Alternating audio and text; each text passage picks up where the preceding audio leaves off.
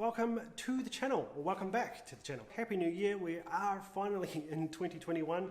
Pretty sure I can speak for pretty much everyone when I say, aren't we all glad to see the back of 2020? Now, the purpose of this video is following along the last video which I posted. If you haven't seen that, there'll be a thing here. It's of the Freewing MiG-29, and this one's a little bit different. It's not electric powered. It's powered by a Xicoy, I hope I'm pronouncing that right, Xicoy X45 turbine. And what a machine. It's set up so well, it's dialed in so well. Following that video, I had a couple of questions, not a lot, just a couple of people who were just curious about the setups for it. Yoda was awesome enough to take time out of his flying morning to go through the whole setup of his aircraft, basically just share some key elements for that. So I won't ramble on any further. I'll hand it over to Yoda to go through the setup and specs of his turbine-powered MiG-29 from Freewing. Here with the Freewing MiG-29 and the Xicoy X45 turbine powering it, and just letting you guys have a bit of an understanding of what I did to set it up for the turbine, plus just aerodynamically, it's all out there on YouTube, the changes you need to make. Specifically for the turbine, obviously got to get fuel into it, so I've got a header tank, and that actually came from a calf joker. I used a different air trap in my calf joker, and this is perfect. It's got a little felt pickup, so I'm not running any filters. Basically just got the fuel in through this tap, a T-piece for fuel to the turbine or to the pump, and then straight with one tap straight back to the turbine right at the back of the aircraft. It's a T-piece between two tanks, which where the EDFs were, I've blocked off the intakes for where the EDFs were, and the tanks, I've got two 700mm commercially available tanks that are sitting. I did have to make some alterations with the foam. I actually heated up a large screwdriver with MAP gas and stuck it in there and just eased it out because it's quite a rectangular shape. Yep. So just where the harsher corners were, I just pushed the foam out of the way. It was really simple to do. And then I burnt some tracks where the fittings were coming out of the tanks. Yep. And where the pipe work had to go, so it would track in there nicely, and I balanced the two tanks together with a balance line. Okay. So they both have the same pressure in each tank, and they suck down perfectly, they fill perfectly. I'm really happy with my fuel system. So how much flight time do you get? So I've got total two 700mm tanks, plus the header tank, which is probably another little bit. So I'm saying usable, I'm allowing usable around 1200mm, allowing for alterations and slop and things. So. So I'm using on average 800mm, and I'm getting 8 minutes of turbine run time, about 7.5 minutes of flight time. And that's mixed throttle. Mixed throttle, a lot of fun, a lot of good fun flying. Plus, I've got plenty in reserve. I'm always landing with somewhere between 25 and 35% left in both tanks. Okay, so that's plenty of go-arounds if you have to, but it lands so easy you don't have to. So about the tips here, you've changed them from factory. And that's right. So because of the shape of the wing, they've got quite a flat bottom surface. It doesn't like high speed. It actually tries to nose in at high speed. Right. And so the easy way to fix that, as people have said on YouTube videos, the early testers, we just raise the flap up to give it some reflex out the back of the trailing edge of the wing. Most people have just done flap and aileron and left the tip hanging down, and it's actually, in a lot of the videos I've seen, the tip's hanging down quite considerably. Not great aerodynamically. If you want stability in slow speed, you really need just to raise that up and have it matched along the leading edge. And it's simple as, I just got a rule and a very sharp knife and cut about 80% into the foam, and then a slither about 1mm back from that, did the same thing, put some glue in there, brought it together and let it dry, and you can barely even see it. So yeah, it works really well.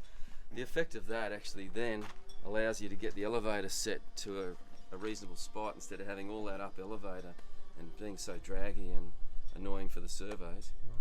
And you can see where my position is at neutral, and it works really well. It really allows a lot of high speed and not a lot of effort for the servo. So just changing that camber makes all that difference. All that difference. Yeah, and getting your C or G slightly back from the factory setting really helps too. What do you? So I think it's 150 behind the wing root. Something like that from memory. 10 mil back. I'm probably halfway between that at the moment, and I'm finding at 45 climbing out it actually noses over. So I'm going to start experimenting with coming back with the C or G another 5 mil, because it's very close. It's very, very solid in the air, as you know, but I think it can come back a little bit further. Okay. But it's perfect. Where my fuel tanks are is allowing no C or G change between full and empty. Right. So it's just rock solid the whole flight. Fairly numb there. That's good. The other really important thing, fitting the turbine, which is right up the back here, getting it right up the back actually allows very little thrust angle change, so it's almost flat, but it does actually have a slight little bit of pitch up on the turbine because it's hanging slightly below the center of the fuselage.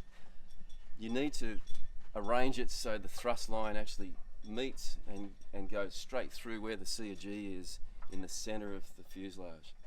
So I eyeballed it with a straight edge when I was setting it up, and I've got just a slide. It's probably 4 or 5 degrees. You can see it, and I've got no pitch change at all between idle and full throttle. It just accelerates straight ahead. Nice. So it works really well.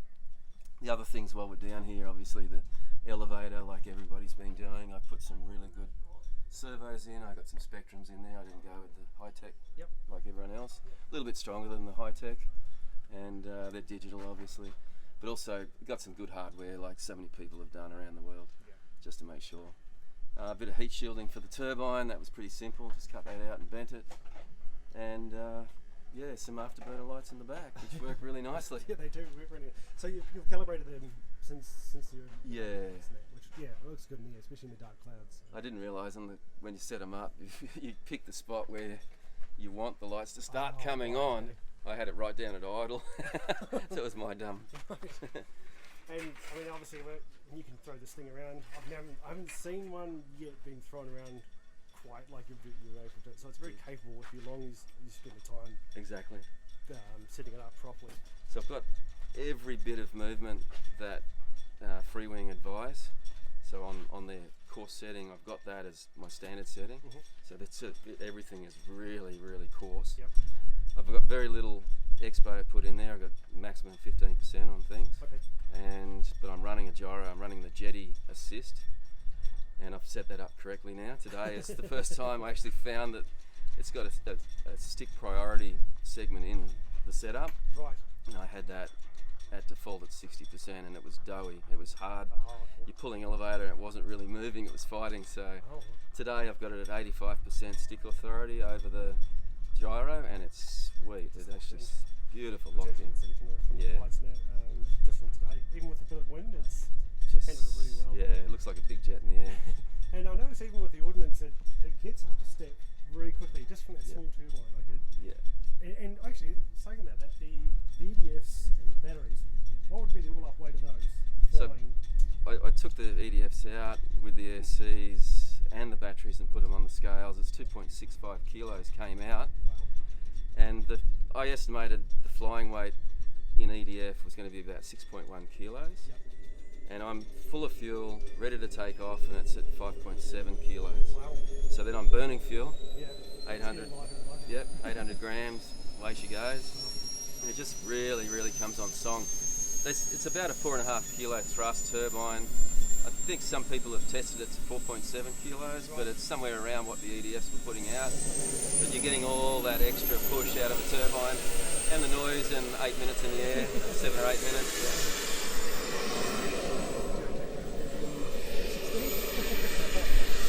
Oh, that's brilliant.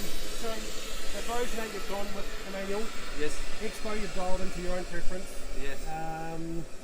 And the adjustments which you've made to the wing, the linkages. I probably went a little bit more aggressive on the landing flap because of the residual thrust from a turbine. Right. So a little to act more like brakes, and zero mixing in the elevator. It just, you can bang the flaps down and back up, and it does not pitch change. So it's brilliant. That's with gyro off or on, so it's great. Yeah. And it lands so nicely too. Oh, I just want to fly it and fly it and fly it. Oh, well, yeah, well, thanks for that. I'm sure the guys will appreciate it, and you can get you a couple more flights in. Yeah, great. Yeah, thanks, Thanks, Phil.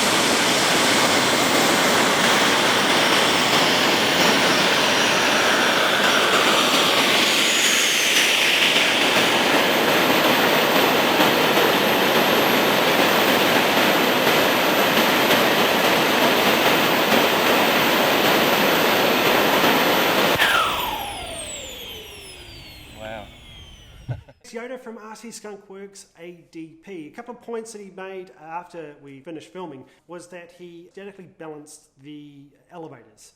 Not to the point where they were completely level when you left them alone and no linkages on them, but just they don't drop as harsh. So he told me he put 15 grams, basically where the elevator meets the body, the leading edge there in the inside. He's carved out a little bit of foam, 15 grams of weight on each side, just to, I suppose, help alleviate some stress on the servo. So something to think about. And as always, with your landing gear, may pay to put a little bit of Loctite on those grub screws. And I even think he put some silicone on the other screws that basically set the compression limit. He put some silicone on that to stop them unwinding. But other than that, hope that's very helpful. I know that I'm going to be implementing a lot of those changes to my one. Really looking forward to it. Really looking forward to getting these bad boys on it. These arrived the other day, so I'm super excited about that. And now that I've got the settings, I can start to assemble mine. So happy flying, everyone. Happy New Year. Hope you're all doing well. Hope you're all staying safe as always, and we will see you next time. Thanks for watching.